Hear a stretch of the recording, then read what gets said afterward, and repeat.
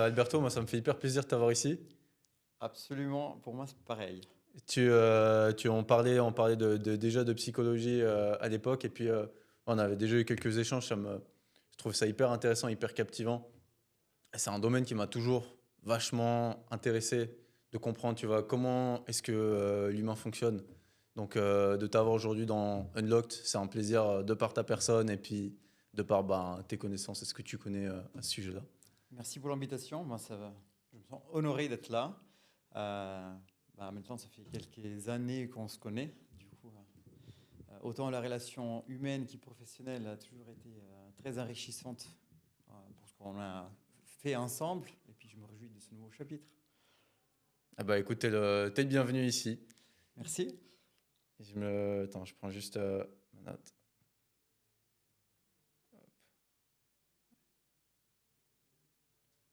Et du coup, toi, qu'est-ce qui... Attends, je reprends. Du coup, toi, qu'est-ce qui t'a poussé à partir dans la psychologie? C'est un long chemin qui a commencé quand j'avais 15 ans, où j'avais commencé à faire des études au lycée en sciences de la vie. Donc je m'étais passionné aux sciences de la vie en général, puis aux neurosciences, puis à la génétique. Et puis je m'étais dit que je voulais faire le chercheur quand j'étais adulte. Et de fil en aiguille, j'ai fait médecine. Et puis en faisant médecine, j'ai découvert le monde de la psychologie grâce à, à différents examens qui se faisaient autour des sciences fondamentales et puis de la clinique et psychiatrique. Et puis voilà, c'est là que je me suis dit que approfondir les études en psychiatrie et en psychothérapie, donc dans le domaine de la psychologie, c'était vraiment le pont magique entre euh, le fonctionnement interne de l'être humain et puis le rôle de l'environnement, donc de ce qui était voilà, externe à un être humain. Donc la psy, pour moi, c'était la clé de lecture, la clé de compréhension et surtout la clé pour pouvoir apporter une véritable aide, un véritable soutien aux personnes en, en faisant ce lien entre ce qui est à l'extérieur et ce qui est à l'intérieur. Donc ça a commencé comme ça. Je suis arrivé en Suisse en 2012 pour faire donc les études en psychiatrie en même temps qu'un doctorat en neurosciences. Et puis mon aventure a commencé par là, avec cette double casquette, recherche et clinique. Et puis dans le temps, voilà, aujourd'hui, je suis devenu et resté psychiatre et psychothérapeute. Et je continue dans cette même aventure qui a commencé il y a quelques temps. Et du coup, est-ce que tu dirais que pour un psychiatre, en fait, ce qui est peut-être le point commun qu'il peut y avoir, ou peut-être pour toi, c'est l'envie de comprendre comment fonctionne l'humain, et puis comment est-ce qu'il fonctionne, en fait, dans son environnement? Est-ce que tu dirais que c'est quelque chose qui, toi, t'a vraiment motivé à rentrer là-dedans? Absolument oui.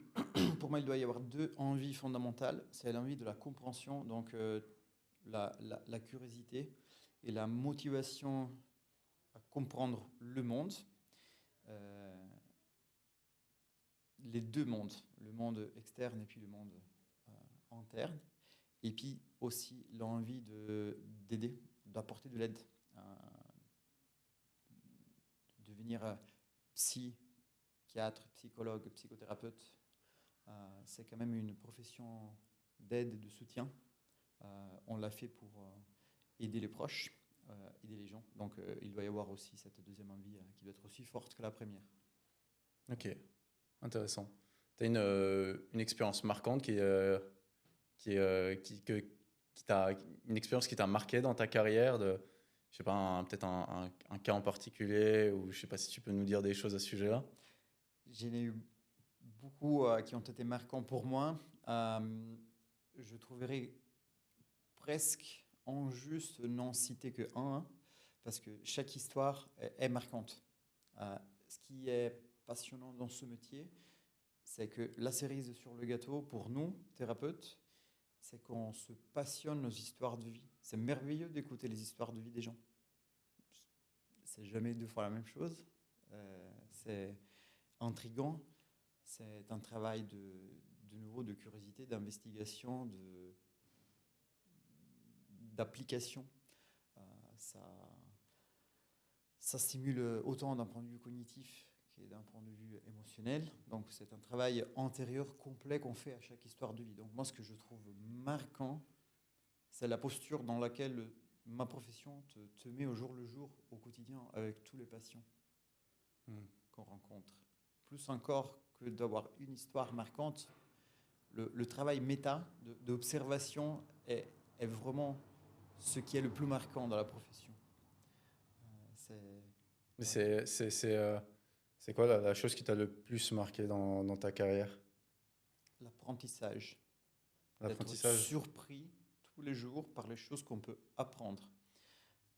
Parce qu'une partie des compétences, on l'apprend avec les études, avec la pratique, mais au fond, dans une vie entière, on continue les études, ça nous donne des compétences.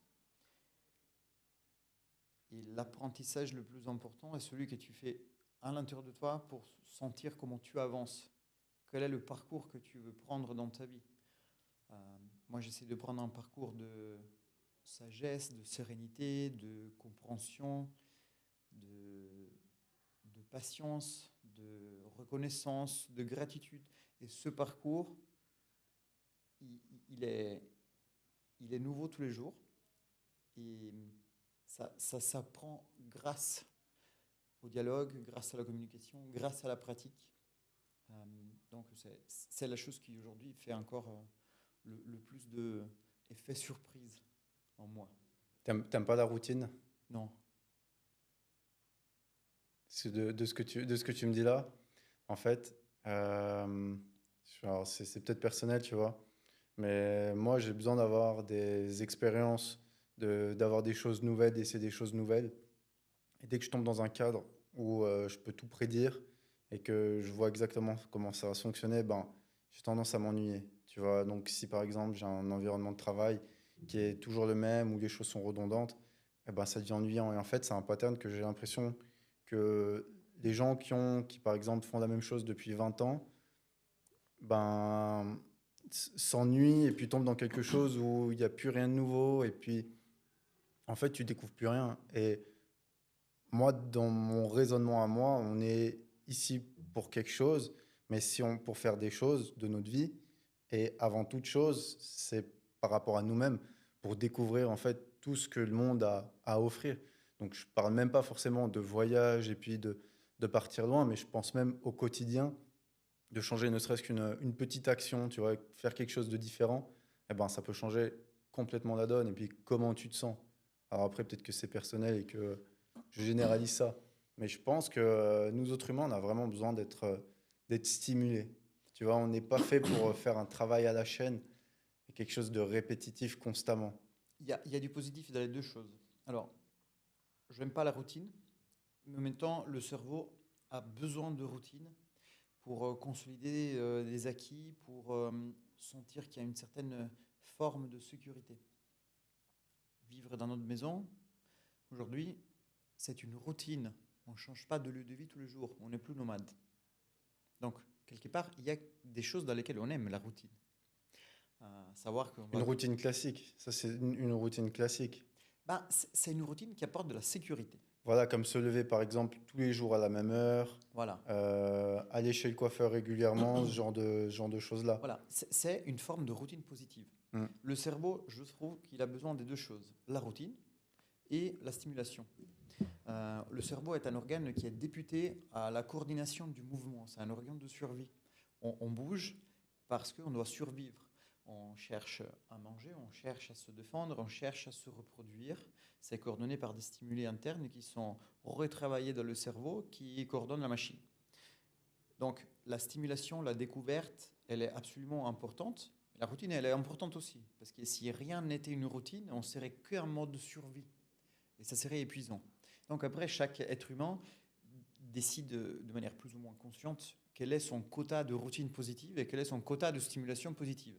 Il y a des personnes qui adorent la routine en tout et qui n'aiment pas du tout la stimulation. Il y a des gens qui adorent très peu de routine et puis qui adorent beaucoup plus de stimulation. Alors peut-être que des profils comme le tien sont plus axés à j'aime beaucoup la stimulation et je garde la routine pour les éléments essentiels. Du moment que mes besoins vitaux sont assurés par une routine, feu vert à la découverte. Ouais, donc en fait, oui, c'est intéressant. C'est intéressant ce que tu dis. Donc en fait, selon la personne, tu te rends compte que tu as des gens qui vont être plus averses à essayer des nouvelles choses et qui vont préférer la stabilité, puis tu en as d'autres qui vont vouloir essayer des choses différentes. Et tu trouves que ça a évolué au fil je sais pas, peut-être de tes connaissances à toi, ça a évolué au fil du temps, ou peut-être il y a 100 ans, ou si tu prends par exemple la génération, on va dire ceux qui sont nés peut-être dans les années 40, années 50, quelque chose comme ça, où eux étaient peut-être beaucoup plus stables, on va dire. Et tu vois, c'était par exemple hyper commun d'avoir quelqu'un qui avait le même travail toute sa vie. Et je prends mes parents, tu vois, par exemple. Mais de nos jours, tu te rends compte que c'est complètement différent. Quelqu'un qui a 30 ans, peut-être qu'il a déjà eu 2 carrières. Moi, j'ai travaillé dans l'immobilier pendant une bonne partie de ma vie. J'y suis toujours. Et maintenant, j'ai une agence de communication. Donc, tu vois, j'ai déjà 2 carrières quand même bien différentes à mon âge.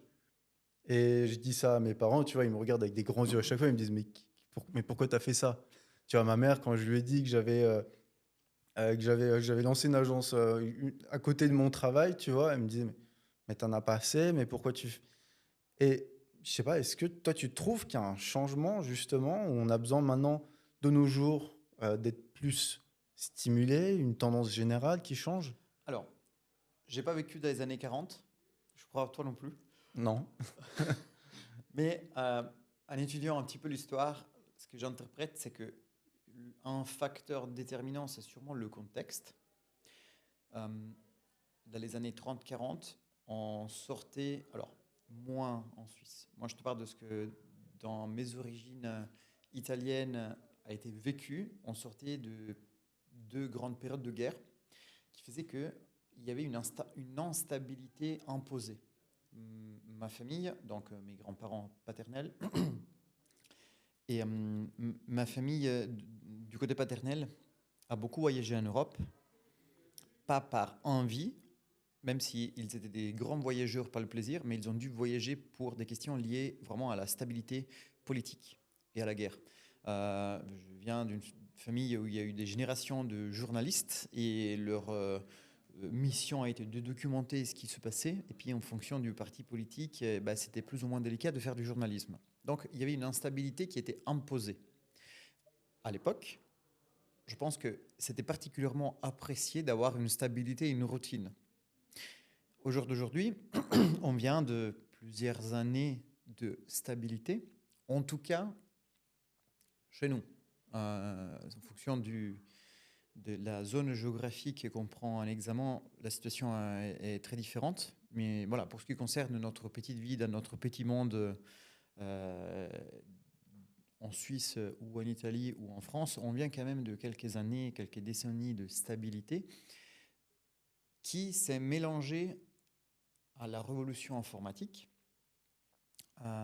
qui a fait que les stimuli possibles se sont décupliqués et on reste des êtres curieux à la base. Notre stabilité de fond dans notre génération et encore plus dans celle qui arrive a été largement assurée. Et je trouve que c'est aussi normal qu'on soit plus ouvert à la stimulation, à l'inconnu, à la découverte de ce qu'on ne pouvait pas l'être dans les années 40. Donc il y a un élément contexte qui pour moi est déterminant. Donc en fait, c'est l'environnement qui fait ça. C'est l'environnement dans lequel on évolue, qui nous transforme et qui quelque part façonne un peu ce qu'on est. Peut-être qu'à l'époque, oui, c'est clair, que si tu prends ceux des années 40, années 50, ils n'avaient absolument pas accès à toutes les informations qu'on a. Nous, maintenant, ces informations, on a accès depuis notre téléphone. Tu vois, donc depuis ton téléphone, concrètement, tu peux t'instruire sur un sujet et puis devenir professionnel sur ce sujet depuis ton Si tu téléphone. sais bien le faire, oui. Si tu sais bien le faire, alors qu'à l'époque, ils n'avaient pas accès à ça. Et pourtant, il savait quand même bien le faire. Il faut dire que l'être humain, pour ça, il est magique. En fonction de l'envie de trouver une solution ou une réponse, il arrive à trouver les moyens. Il y a des fois où c'est plus difficile, des fois c'est plus facile. Aujourd'hui, on a un contexte de facilité accrue par rapport aux années 40. Ça, c'est sûr, mais ce n'est pas un gage de qualité. Ce n'est pas pour cela qu'on a beaucoup plus de gens érudits, beaucoup plus de gens à même devenir des savants ou qui puissent faire vraiment la différence. Donc, il y a deux poids et deux mesures aussi dans des contextes différents et avec des niveaux de facilité différents. Ouais, juste, ouais, parce que d'un côté, on a accès à toutes ces informations-là. Et bien, du Donc coup, tu il y peux a dire que même est moins intéressante. c'est ça. Bah, tu as, ce biais peut-être comment tu dis en français, de rareté. Mhm. De rareté, où tu te dis, bah, j'ai accès à tout ça. Bah, à la place, je vais aller scroller pendant des heures. Tu vois? Alors que tu pourrais concrètement, pendant ces heures-là, faire autre chose. Mais oui, je vois où tu vas en venir. Donc en fait, tout dépend de quel point de vue tu le regardes. Mais dans son ensemble, tu vois quand même qu'il y a, enfin, je sais pas, dis-moi ton avis, mais il y a quand même une grosse évolution là-dessus. Et est-ce que, je me posais la question, ça a un impact aussi sur le fait d'avoir tout ça à disposition, euh, sur du coup notre motivation à faire des choses. Tu sais, tu as un proverbe qui dit, je ne sais plus comment il se dit, mais weak times create strong men and strong men create weak times ou quelque chose comme ça. Tu vois, donc en gros, que quand tu es dans des temps qui sont difficiles, ben, ça te renforce. Et une fois que tu es renforcé, ben, peut-être que pour la génération suivante, tu vas créer un temps. Ça se trouve, je dis le proverbe de la complètement mauvaise manière, mais je sais pas si tu vois où je veux en venir. Ouais, bah, c'est ce qu'on dit par rapport aux politiques d'État. Un État qui fait de l'évolution, un État qui va fonctionner, qui va progresser, c'est un État qui est en crise. Si tu n'as pas de crise, tu n'as pas d'évolution. T'as pas de stimuli. Bah, tu n'as pas de besoin.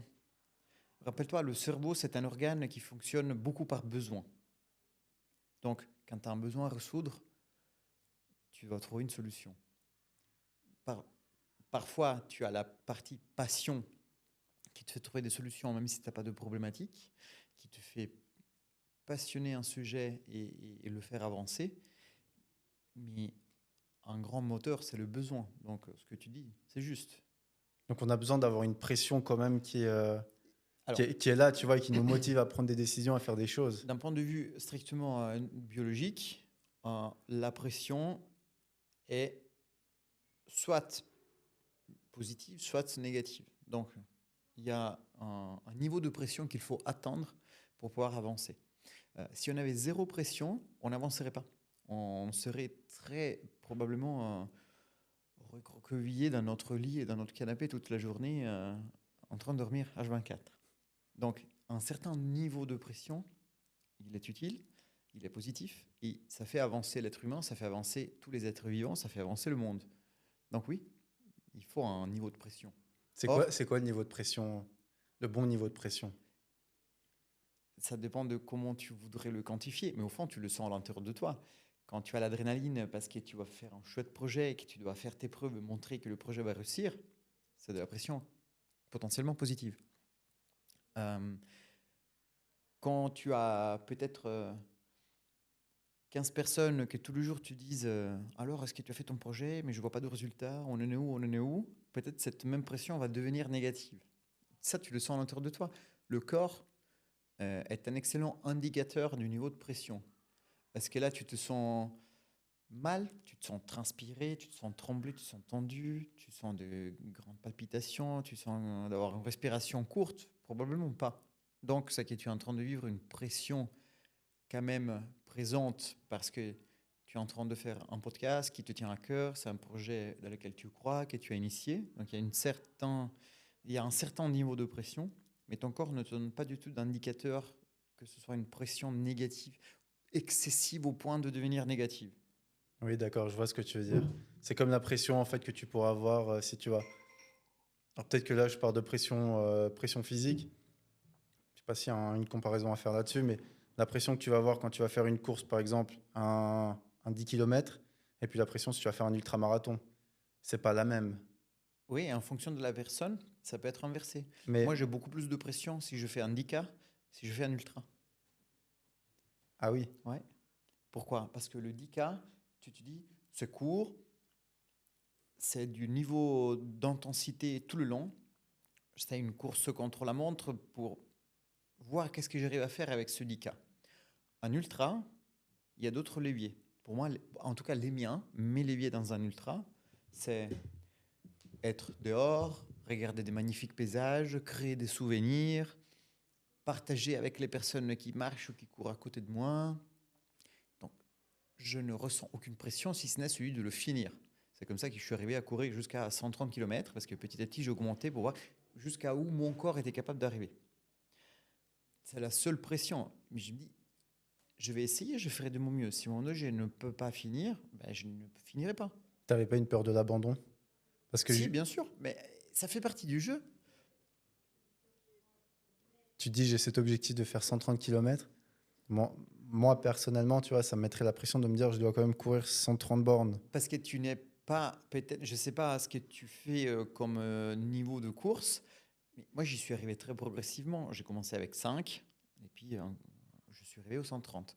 Donc je ne me suis pas mis comme objectif de passer de 5 à 130 en un mois.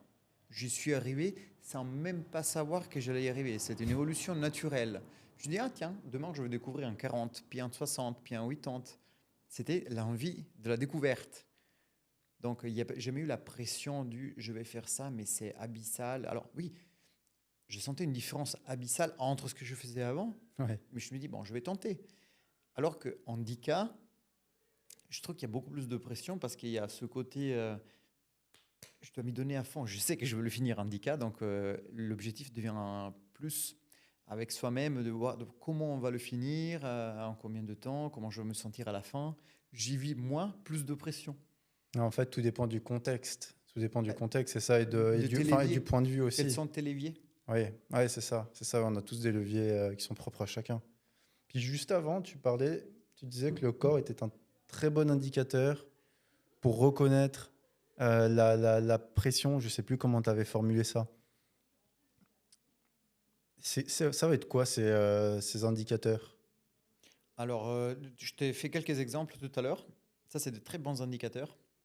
Quand tu commences à te sentir moins bien dans ta peau, pour des symptômes physiques, c'est des très bons indicateurs.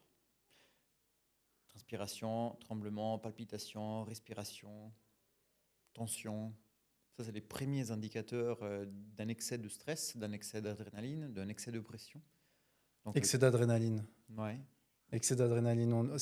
Tu sais que ça, enfin, ça résonne en moi parce que je me disais, ce que tu disais là, tu parlais de palpitation, transpiration, enfin, ces deux, trois points-là. Et ça me faisait beaucoup penser à l'adrénaline. Tu sais, quand tu t'apprêtes à faire quelque chose où tu vas vraiment te mettre dans l'inconfort, tu ressens ces choses-là. Mais pour autant, comment est-ce que tu arrives à savoir qu'elles sont néfastes? Parce que, je sais pas, j'imagine que tu as déjà été confronté à ça, tu as une montée d'adrénaline. Admettons, tu dois faire un pitch à 300 personnes. Tu as peut-être l'anxiété de parler aux gens comme ça, le regard de tous ces gens-là qui vont te regarder. Mais pour autant, une fois que tu vas être dedans, tu vas être bien. Et tu vas quand même avoir cette adrénaline avant. Mais elle va pas être néfaste pour toi. Donc à quel moment est-ce que tu ressens, tu reconnais qu'en fait, tous ces symptômes-là, ils sont mauvais pour toi? Comment faire la part des choses en fait? La connaissance de soi. Tu sais quelle est la fenêtre temporelle pendant laquelle tu peux vivre certains symptômes en relativisant qu'ils vont passer. Si cette fenêtre temporelle devient trop longue et que tes symptômes sont là pendant un temps excessif pour toi, qui va commencer à mener à un vrai dysfonctionnement, bah, c'est là où ça ne va plus. Dans l'exemple que tu prends, je n'aime pas du tout parler devant 300 personnes. Et moi, je sais que même une fois que je me mets dedans, mes symptômes ne vont pas passer. Donc, si je dois le faire, je veux le faire. Mais il n'y aura pas un moment où ils vont descendre, si ce n'est quand j'aurai fini l'expérience du pitch. Et en conscience de cause, hein, je les ai fait ces expériences-là, donc je sais. Et c'est OK. Je sais qu'une fois que j'ai fini l'expérience, mes symptômes vont descendre. Je vais pas, ça ne va pas pour autant créer un trauma à moi qui va rester à vie. Je sais que c'est une durée qui va commencer 1, 2 jours avant, jusqu'à la fin du pitch. Et puis, dans la semaine qui vient, ils se seront résolus. Et c'est OK. J'accepte de les vivre pendant cette fenêtre temporelle-là. Tu penserais quoi justement de sentir que tu as un inconfort là-dessus? Et admettons que tu sois quelqu'un qui aime bien pousser un peu, pousser un peu la chansonnette, essaie de devenir confortable avec ça. Donc tu t'es dit, ah là je suis mal à l'aise. Peut-être qu'il y a une zone d'amélioration à explorer. Et étant donné que je dis tu, mais je prends un persona type, t'aimes explorer justement ces zones d'inconfort-là et que tu te confrontes justement à ça encore et encore. Est-ce que tu penses que c'est quelque chose qui est bénéfique? Parce que tu vas progresser. Mais d'un autre côté, tu vas t'exposer à ce stress constamment. Ça dépend de la personne. Pour moi, ça a été bénéfique. Le parapente et le trail d'endurance ont été 2 techniques de faire ça, de m'exposer à ça de manière prolongée.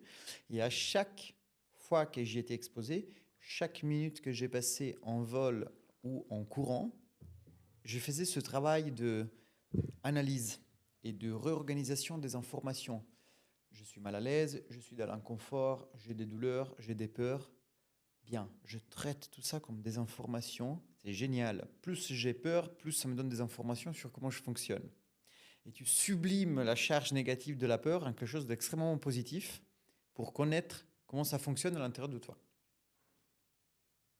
C'est quoi la méthodologie pour réussir à sublimer ces informations-là? Observe, pleine conscience, observe ce qui se passe.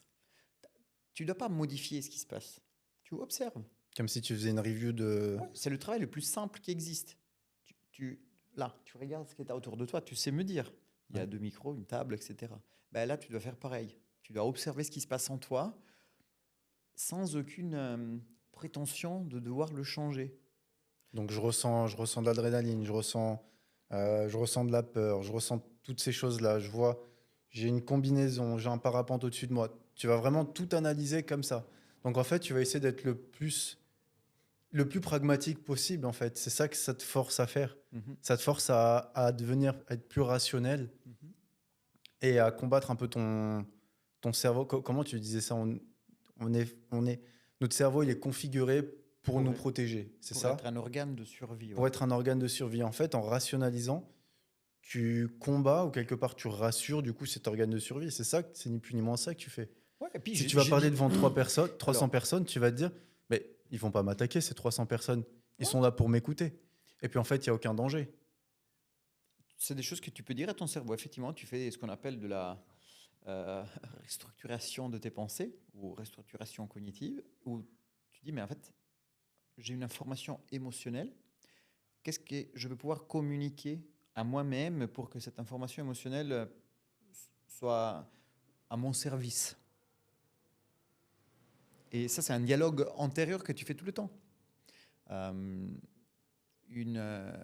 une technique, par exemple, que tu sais qu'en fonction des activités que tu réalises, au moment donné, ton émotionnel devient trop fort et tu n'arrives plus à penser, ben, tu peux te créer des escamotages pour remettre au bon endroit les bonnes pensées au moment du besoin.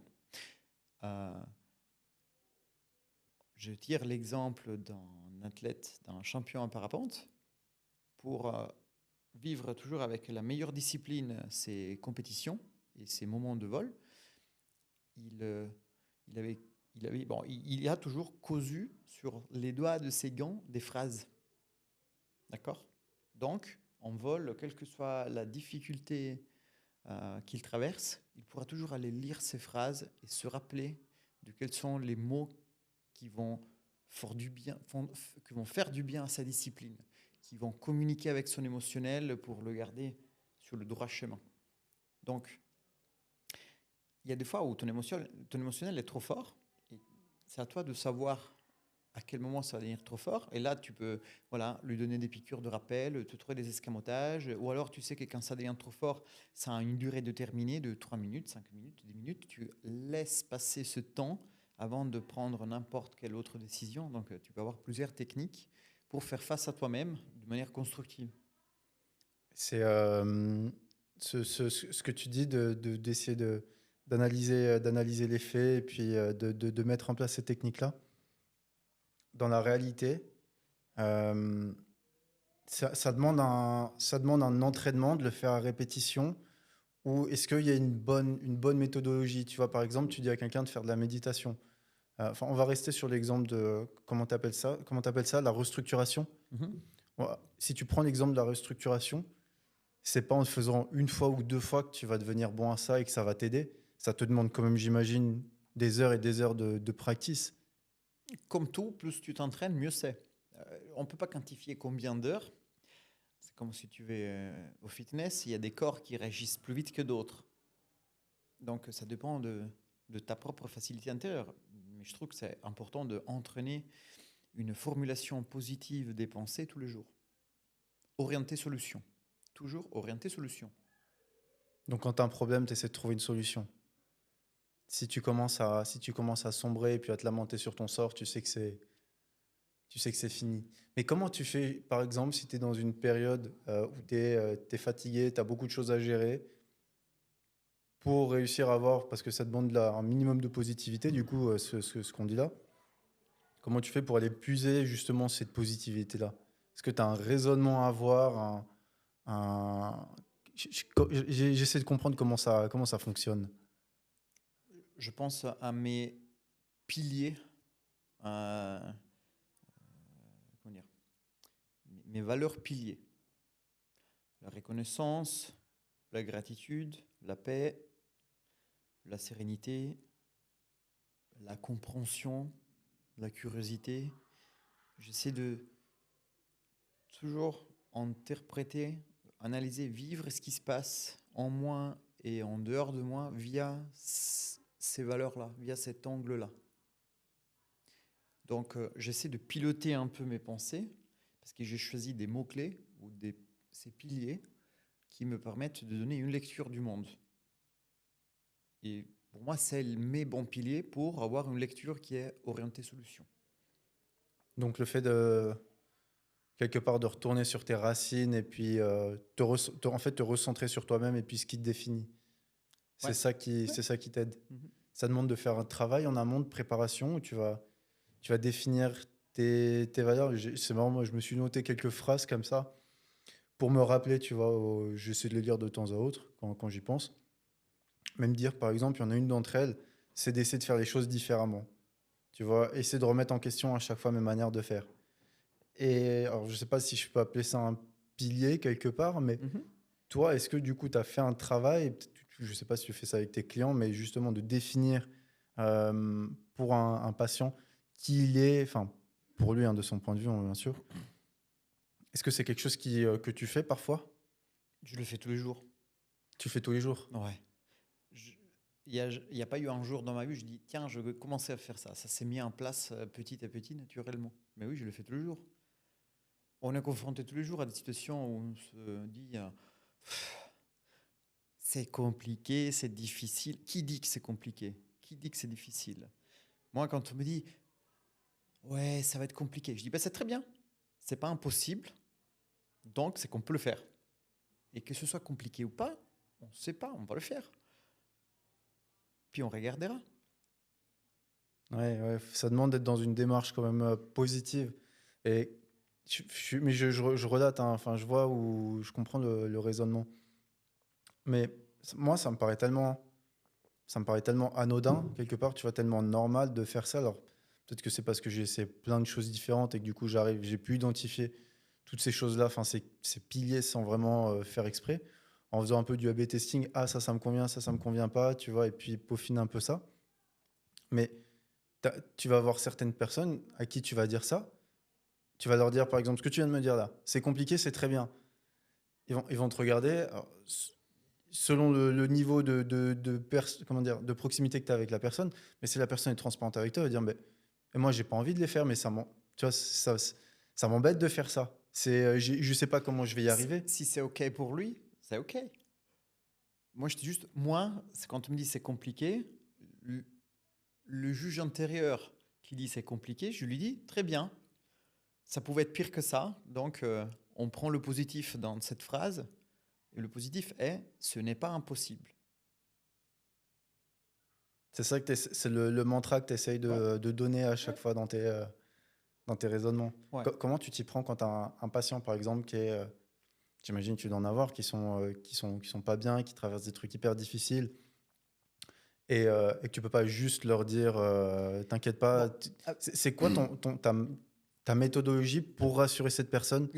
voilà. Quand on parle de la problématique de quelqu'un d'autre, qui appartient à quelqu'un d'autre, c'est différent. Moi, je te parle de comment j'affronte les miennes de problématiques. Ok. Si je dois parler avec quelqu'un de sa propre problématique, ma priorité, c'est de comprendre où c'est difficile pour lui, valider où c'est difficile pour lui, et lui faire comprendre que je fais tous mes efforts pour me mettre dans la même position que lui. Parce que chacun a le droit à sa complexité de vie. Chacun a le droit à son histoire de vie. Et si la personne retient que c'est particulièrement difficile pour lui au point de le sentir comme presque impossible, il est bien là où il est. Son endroit, il est juste. Donc déjà, ma première approche, c'est de donner ce sentiment de justice. Là où tu es, avec tes difficultés, avec tes sentiments, C'est ok. ben, il est juste par rapport à ton historique, que je ne connais pas, je ne l'ai pas vécu, il est juste. Maintenant, tu me dis que tu n'aimes pas être là. Ok, donc qu'est-ce qu'on va pouvoir faire pour t'aider à ne plus être là? Mais d'abord, c'est de donner ce sentiment de justice.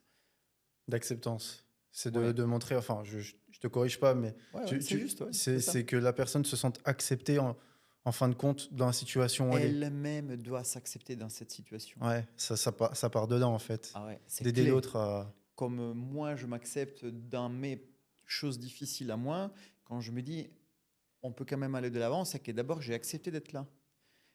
Accepter ne veut pas dire être en accord. Veut dire, j'accepte que cela existe. Cela ne veut pas pour autant dire que je suis en accord avec ça. Ma psy me le disait tout le temps. Tu dois être dans une démarche d'acceptation, mais ça ne veut pas dire que tu es en accord. Donc, divisons. Travaillons sur les deux choses de manière différente. On accepte, puis on se dit, je ne suis pas d'accord, je fais quelque chose pour aller là où je serai plus en accord avec moi-même. Mais d'abord, on accepte. Parce que quelque part, en fait, quand tu acceptes les choses, du coup, j'imagine que tu dis l'environnement est comme il est, en fait. Tu es beaucoup plus raisonné, alors que si tu t'acceptes pas, tu n'es pas dans cette phase d'acceptance. Bah, ça veut dire que tu refuses. Bah, c'est l'opposé, c'est que tu refuses. L'exemple que je fais tout le temps, c'est je veux sortir de cette pièce. Je vois une porte. Elle est là. Bon, la porte est fermée. Je prétends de sortir de cette pièce et je commence à taper la tête à la porte parce que je veux sortir par la pièce. Qu'est-ce que je suis en train de faire? Je suis en train de me dire, je veux sortir et je n'accepte pas qu'il y ait une porte fermée entre moi et la sortie. Je dois accepter que la porte existe, même si c'est l'endroit pour sortir, il est là, mais la porte, elle est fermée. Je dois accepter qu'il y a une porte. Je dois accepter qu'elle est fermée. Je dois donc accepter que la situation n'est pas 100% comme j'aimerais. Mais une fois que j'ai accepté, je peux dire, je ne suis pas d'accord que la porte soit fermée. Donc, qu'est-ce que je mets en place comme stratégie pour aller vers ma solution? Je suis dans une pièce, je vais chercher la clé qui me permettra d'ouvrir la porte. Ensuite, je fais le mouvement d'aller ouvrir la porte et ensuite, je pourrai sortir. Mais si au départ, je n'accepte pas que j'ai une porte fermée devant moi, je vais continuer à cogner la tête parce que je n'aurais pas accepté la réalité. Ok. Et je vois le raisonnement. Alors que ça se trouve, à partir du moment où tu as accepté que la porte était fermée, bah, tu regardes à côté, tu vois qu'il y a une fenêtre que tu peux casser. Par exemple, Mais pour ça, il faut déjà que tu aies accepté que la porte était fermée. était là et qui était fermé. Et souvent, quand on parle avec soi-même, on n'accepte pas certains endroits de nous. Ouais, ouais. On se dit, non, ça ne doit pas être comme ça. Oui, mais d'abord, il faut comprendre que c'est comme ça quand même. Puis comment faut faire du coup pour apprendre à se connaître? Pour comprendre, parce que du coup, pour accepter tout ça, il faut réussir à se connaître vraiment. Ben, qui on est, qu'est-ce qu'on aime faire, qu'est-ce qui nous plaît, qu'est-ce qui nous plaît pas. Soigne la relation avec toi-même, sois ami avec toi-même. Écoute ce que ton corps a à te dire, écoute ce que ta tête a à te dire. Crée un dialogue. L'être humain, c'est un être social. Il faut du dialogue avec soi-même et avec les autres. Si on est tout seul dans notre tête, eh ben, au bout d'un moment, on tourne en rond. On parle vraiment tout seul. Donc, même dans notre tête, c'est important d'instaurer un dialogue avec soi-même, que ce soit un dialogue conciliant et que chacun puisse le faire sous l'angle des valeurs qui lui sont chères. Les miennes sont les mêmes que tout à l'heure, la compréhension, la découverte, l'acceptation. Donc en fait, on a un être. Tu disais qu'on a un être social, mais en fait, on a un être social avant tout avec nous-mêmes. On a une relation avec les autres. Je discute avec toi aujourd'hui comme je discute avec moi tous les jours dans ma tête. C'est un peu ça, exactement. Ok, bah ça sera le sujet d'une autre discussion alors Mhm. pour la suite. Ouais. Bah écoute, Alberto, c'était un plaisir de t'avoir aujourd'hui. Merci beaucoup pour l'invitation Et de rien. et à la prochaine. À la prochaine. Et toutes mes félicitations pour le projet Je te remercie. Ça m'a droit au cœur. et à bientôt. Salut. Ciao.